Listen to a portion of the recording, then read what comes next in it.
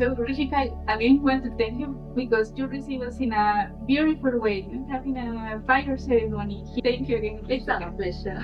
From my childhood, I've been seeing this family readings that my grandfather used to do it, then my father taken over it. And Rishika, did you have your own reading, your own family reading? I did. And Rishika, do you have in your daily life or your routine, do you do some spiritual practices? I do. I will always do meditation in the morning. Do you have a recommendation for how can they start with these practices? And you can change your life whenever you want to. Thank you, Rishika. Thank you.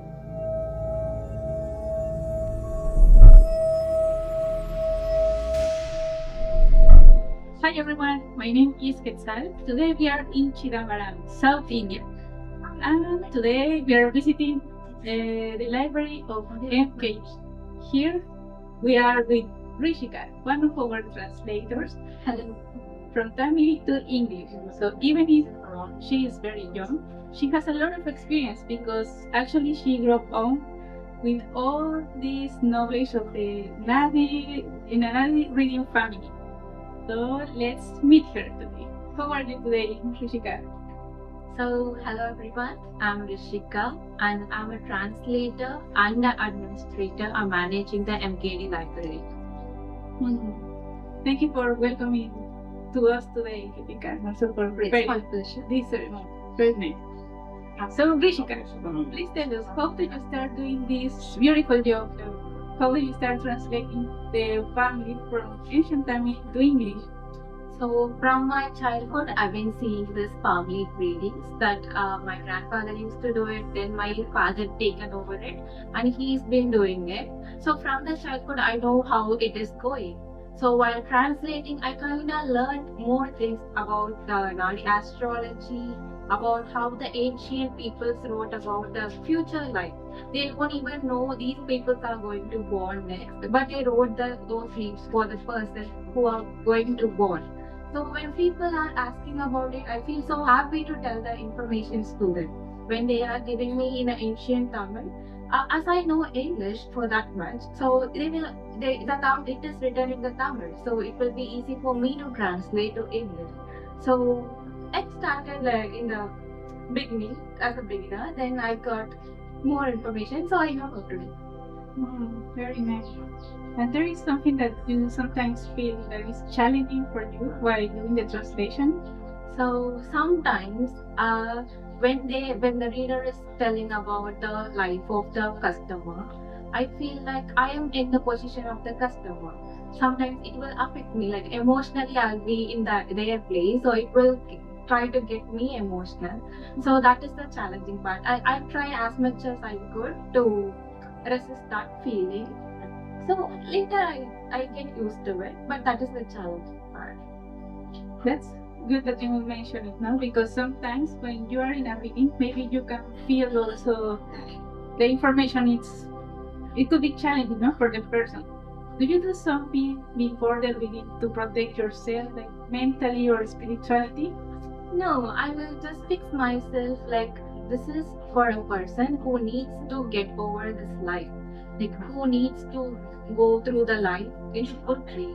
They have to know about this, so you have to be as much as professional as I could. Sometimes I will stop in the middle because I feel so emotional, but I get used to it later. I started doing it. It's a very nice job, no, to help others, because I feel the part of the translator is very important, because you need to transmit to the client all this information in a way that they can understand and can receive the information directly from the reader, no? So it's very precious. Yeah, that's a pleasure job. What is the thing that you like or that you enjoy more while doing the translation? That I get to know a lot of information which I will use in my own life. So when I hear some problems they face, I know how to tackle it by getting the information from them. So when the reader is saying do this, that to the customers, I will also get the information and I will also use that in my own personal life so I can get over the problems easily. That's nice. So do you feel that at the same time, while you are receiving this information for the clients, at the same time you are being benefit of this knowledge, no? This message from the rishis, no? Yeah, I will get the benefits of it. Like if it is a wrong thing, I will try to avoid it. But if it is a good thing, I will try to include in my life. That's good. And do you feel that doing this job also benefit to you in a positive way, like in your karma? Yeah, I believe because I'm giving information to other people, for the customers from the reader. So I feel like I'm doing something good for them to get over the problems. Whatever the past life karma that they did, they will be recovering it from. After the readings, they will be recovering from it. So it's like a good thing for me. So I think it will be get added to my good karma. That's good. And you mentioned something interesting. How the clients will get to recover from the reading, or what do you mean with it? Because they receive like some remedies, right? Could you please explain us about these, the remedies? What is the importance of the remedies? Or... Yeah, sure. So the karma is the previous life. Everyone will be having 7 lives, and from that 7 lives, one of the life will be impacted to get this life. So if we don't have karma, we will not born in this world. So your soul will get peace if you don't get karma. So when the karma is still following you, you will be facing many problems in this life. Even if you do all the good things, you will be facing some ups and downs. Ups will be less, but the downs will be too hard, and to get over that may be hard for the people. So if we have to remove the karma from our life.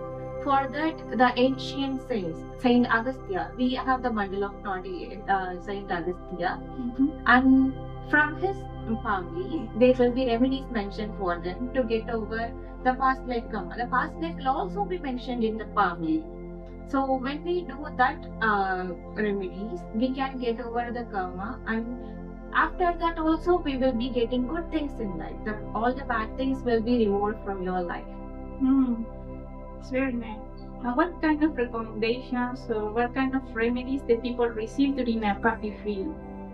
Mostly, some people will be having ancestors' curse that is still following them. It is like their ancestor soul is not got peace. After the death, we have to do some ceremony. Some people will not do it. That curse will be following them.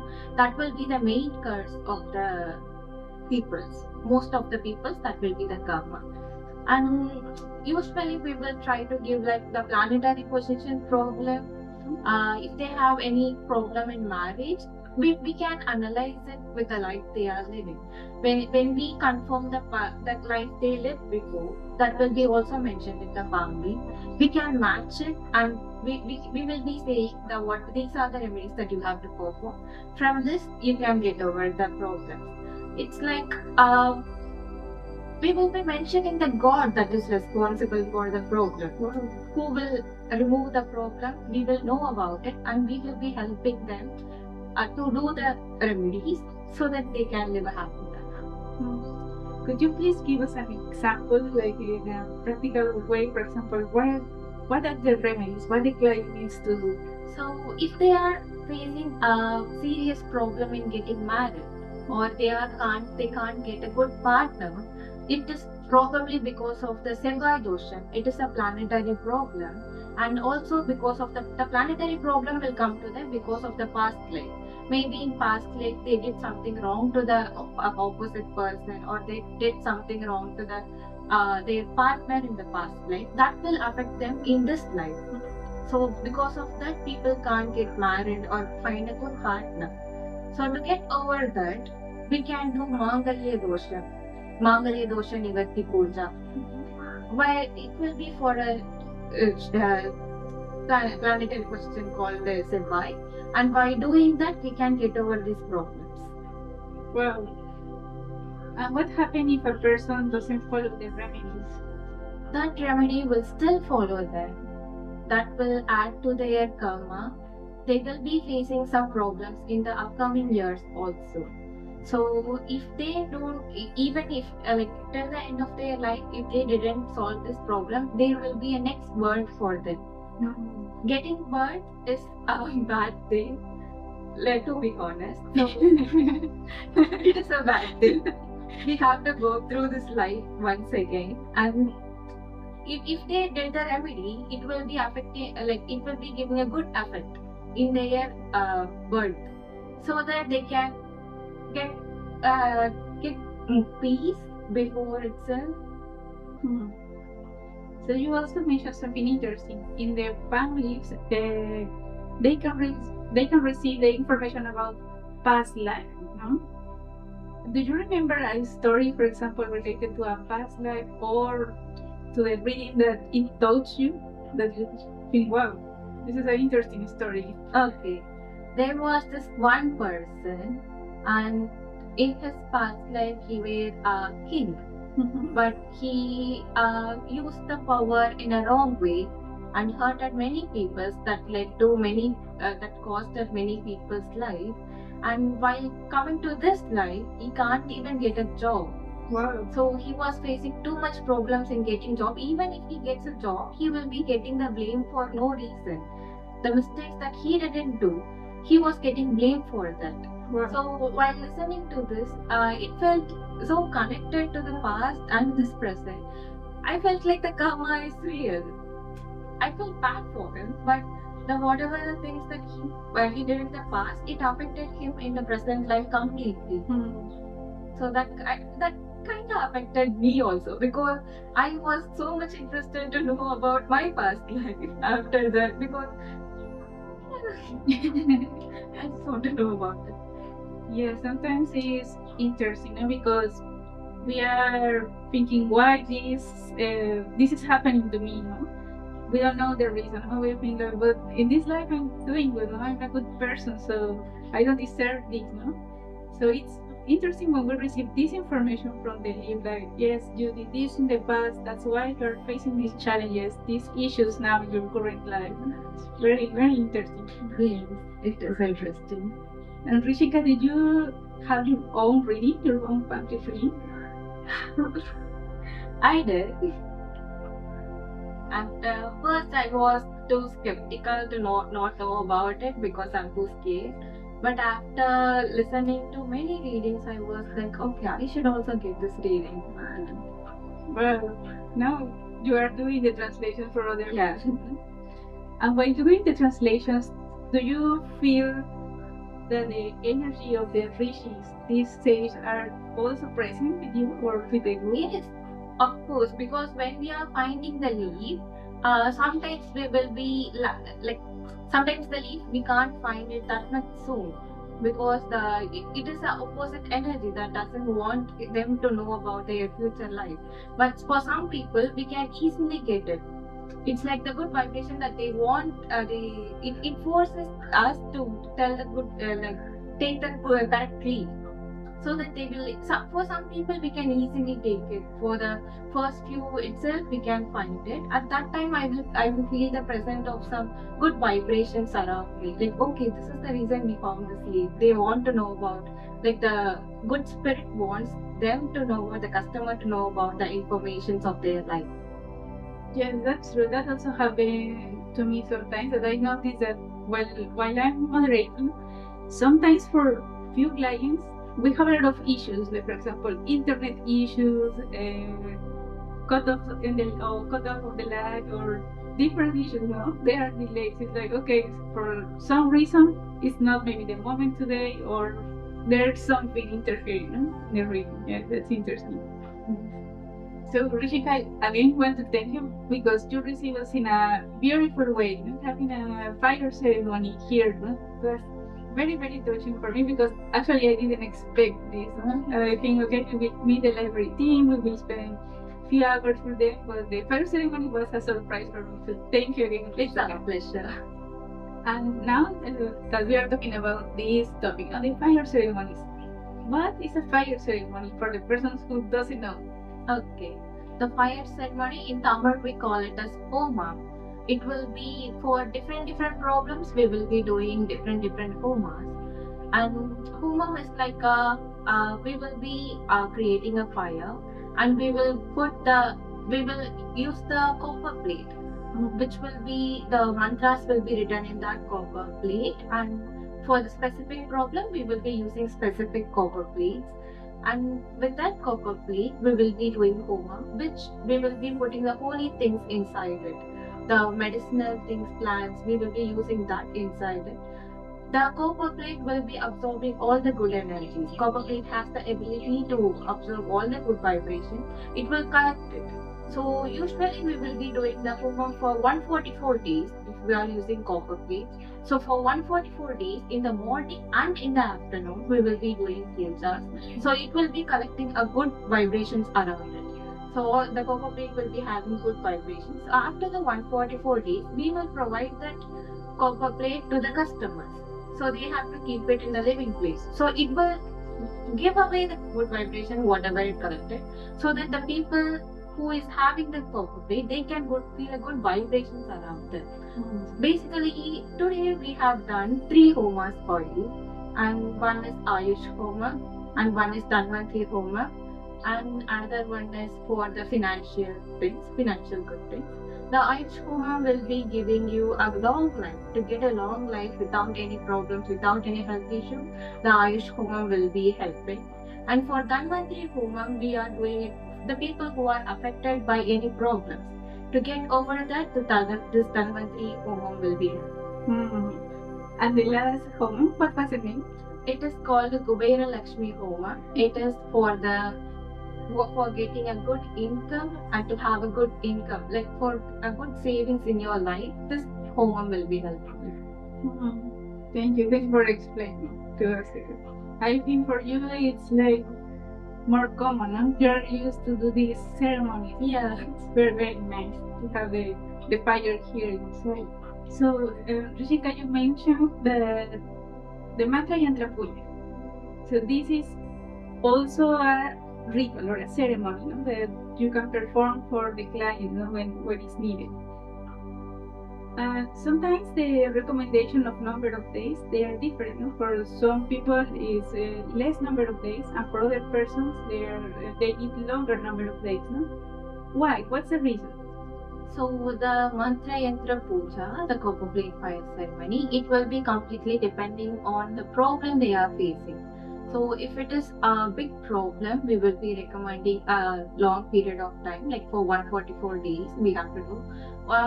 144 days is a 3 mandala. For 1 mandala there will be 48 days. So if the problem is small, for example in chapter readings and all, we will be recommending only 48 days puja, since the problem will be small.